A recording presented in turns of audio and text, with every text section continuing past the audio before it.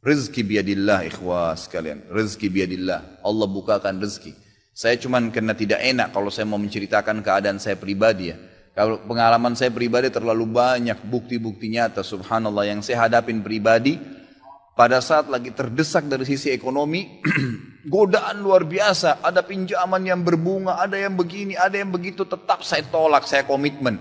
Sampai pada titik terakhir, titik klimaksnya saya pertahankan. Allah berikan jalan keluar yang tidak masuk di akal ikhwah. Betul-betul tidak masuk di benak saya. Saya ceritakan salah satunya. Pada saat saya ada masalah kemarin di Kalibata. Ini untuk diambil ibrah saja. Restoran saya buka 2 tahun 8 bulan. Kemudian saya pertemukan antara omset sama bayar sewa dan ya, service charge-nya. Karena di mall ada service charge maka tidak cukup, tidak berimbang. Saya merasa selama hampir 3 tahun tidak mendapatkan keuntungan. Lalu saya berpikir untuk menutup restoran itu. Dan pada saat itu subhanallah saya berpikir restoran itu sudah saya tutup aja deh. Saya jual aja. Mungkin dengan kesibukan dakwah, beberapa ikhwah juga yang saya amanahkan di situ sudah ada yang satu yang sudah niat mau kuliah, udah nggak bisa lagi lanjut. Saya bilang oke lah baik. Selama 3 bulan vakum, nggak bisa bergerak sama sekali. Pada saat itu subhanallah 1 rupiah pun ikhwah saya nggak punya duit. Allah jadi saksi saya bingung waktu itu bagaimana caranya untuk mencari jalan keluar nih. Jual restoran pun akan dilelang dalam kondisi murah. Restoran itu sudah besar asetnya. Ini gimana caranya saya nggak punya duit. Mindahin ke tempat lain butuh uang untuk sewa. Gitu kan, membuka lagi butuh uang yang baru untuk membayar sewa yang tertunggak, gitu kan. Tidak dibongkar juga akan dibongkar paksa. Nah, ini kalau ada waktu tentu sampai waktu tentu kalau tidak ini akan dibongkar paksa. Subhanallah, godaan luar biasa. Ada yang masuk saya tidak tahu dari mana SMS masuk ke HP saya, pinjaman dengan bunga yang ringan 250 juta sampai 750 juta terus dari banyak perbankan saya nggak tahu tiba-tiba masuk. Saya tidak pernah iyakan, selalu. Gitu kan. Saya cuma berusaha ikhtiar berdoa sama Allah, tawarin kepada orang kalau ada yang mau punya saham dengan saya. Subhanallah, pas titik klimaks 3 bulan kemarin, 3 bulan tutup ya sementara, dan saya sudah berpikir mau jual pun sempat saya tawarkan belum ada yang beli. Saya tiap hari saja berdoa. Di masjid ini saya kedatangan seseorang. Jemaah pengajian saya, bukan jemaah pengajian sebenarnya, dia rutin mengikuti ceramah kita ya yang diupload di YouTube dan tinggal di Paris. Orang Indonesia, orang kita tapi tinggal di sana. Datang selama ini dia selalu kalau saya punya program gali sumur diikut. Ada program kemarin badal haji ditipin uangnya. Selalu program sosial diikutin sama dia. Subhanallah pada saat lagi dia bilang sama saya SMS, Ustaz saya mau ke Jakarta, saya ingin hadir pengajian Ustaz langsung. Saya bilang baiklah kalau gitu silahkan fadhal. Selesai pengajian kita waktu itu selesai jam 9 malam kurang lebih seperti jam-jam seperti ini. Lalu kemudian dia datang sebelah saya belum pernah lihat orangnya. Lalu dia salaman sama saya, dia bilang, Ustaz saya Pak John Firdaus, dia bilang sama saya gitu. Terus saya bilang, oh iya Pak, saya belum paham nih. Dia bilang, saya yang dari Paris Ustaz. Oh antum, terus salaman lah, ngobrol-ngobrol. Sampai ke mobil gitu kan. Saya sempat kasih dia beberapa buku yang biasa saya bawa di mobil. Ini akhi mungkin antum bisa baca-baca di sana sama keluarga dan seterusnya. Sebelum berpisah, dia bilang sama saya, Ustaz saya sempat bawa teman ke Kalibata. Kok saya mau ajak makan tutup tempatnya Ustaz? Oh iya ceritanya ada tunggakan pembayaran yang belum saya bayar dari sewanya karena tidak cukup antara omset penjualan dengan ini. Oh gitu Ustaz iya. Kira-kira butuh berapa biaya? Saya bilang mungkin saya butuh sekitar 250 juta untuk memutar kembali restoran ini. Karena butuh ada tunggakan 168 dan saya harus dengan biaya operasional sekitar 250 juta. Rencananya memang saya mau buka saham kalau memang ada yang mau masuk. Dia bilang sama saya tiba-tiba ini cuma mau berpisah di sini di depan masjid ini dia bilang sama saya, Ustadz kalau Ustadz bilang saya baru saja kemarin masukin anggaran dana saya 400 juta di satu perusahaan. Kalau saya tahu saya akan ikut sama Ustadz.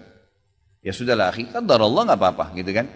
Tapi kalau emang Ustadz mau saya coba pikirkan nanti saya pertimbangkan kira-kira berapa. Saya bilang saya akan buka saham 250 juta itu 10% dari omset antum akan ambil. Karena aset restoran sekarang 2,5 M. Baiklah dia bilang sama saya gitu.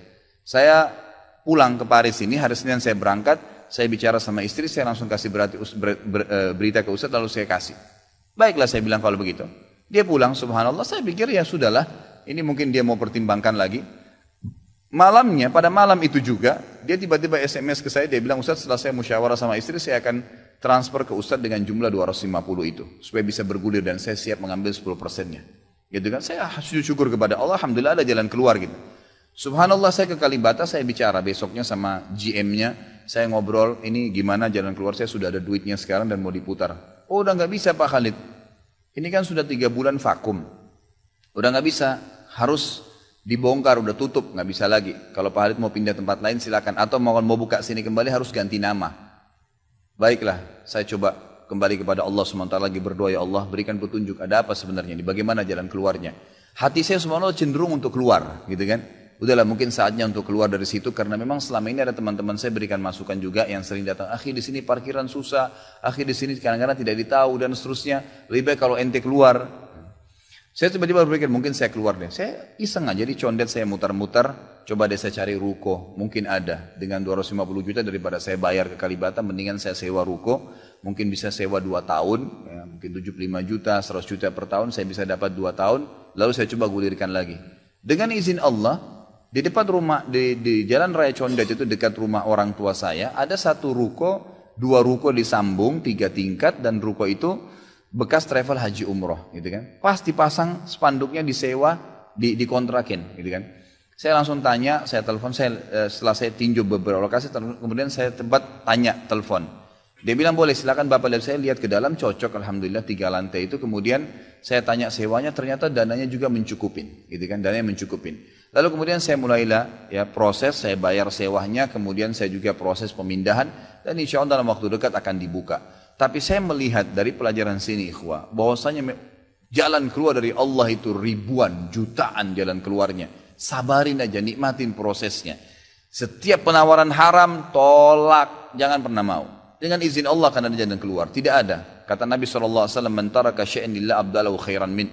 Gitu kan? Jadi tidak ada sama sekali. Subhanallah, pada saat itu saya harus bayar sewa 225 juta. Uang sisa 250 juta pada saat itu. Terus kemudian saya sempat telepon ke akh itu lagi, ya, Pak John, semoga Allah jaga beliau. Saya sempat telepon, kemudian saya katakan, akhi, kemarin antum bilang antum sempat masukin dana 450 di 400 di Jakarta itu. Bagaimana kalau antum tarik uang itu, kalau masih bisa, kita gabungin aja. Saham kan per 250 juta itu ada 10%. Antum ambil aja 30% dari semua total omset penjualan nanti. Tidak usah dengan 750, dengan 650 saja. Gitu kan? Dia bilang kalau itu sudah nggak bisa Ustaz. Tapi memang coba saya pertimbangkan deh. Saya akan coba hubungin teman-teman di Paris ini yang sudah biasa, yang kenal antum. Gitu kan? Oleh yang kenal antum mungkin mereka bisa. Baiklah, fadhal. Subhanallah, besok dia SMS lagi ke saya. Ustaz, saya sudah musyawarah dengan istri, ternyata saya punya dana cukup. 650, kami yang pegang semua saham itu. Ditransfer uang semua ke saya. Yang tadinya saya dari 1 rupiah tidak pegang duit, masuk uang 650 juta ikhwah, tidak masuk di akal. Gitu. Sesuatu yang tidak masuk. Orang ini saya nggak kenal, nggak pernah ketemu, sekali ketemu di sini, dan sekarang sudah kembali ke Paris. Setiap kali saya bilang akadnya saya akan kirim, baru tadi saya kirim akadnya. Sudah nggak apa-apa Ustaz, saya percaya. Akhi, ini bisnis loh, bisa untung rugi. Sudah paham Ustaz. Orang lain aja banyak bisnis dia rugiin saya nggak takut, apalagi sama Ustaz. Sudah silakan, alhamdulillah. Saya melihat Allah berikan jalan keluar yang sangat dimudahkan. Yang penting nikmatin prosesnya dan yakin kepada Allah SWT. Jangan takut. Jangan takut. Dan ada banyak kisah seperti dalam hidup saya yang saya mungkin sebagian tidak diceritakan gitu kan. Cuma ini tadi saya buka supaya memang bisa ada pengalaman. Karena rata-rata sini karena hanya masalah kekhawatiran saja. Kekhawatiran rezeki yang insya Allah tidak akan ada masalah dalam kehidupan kita.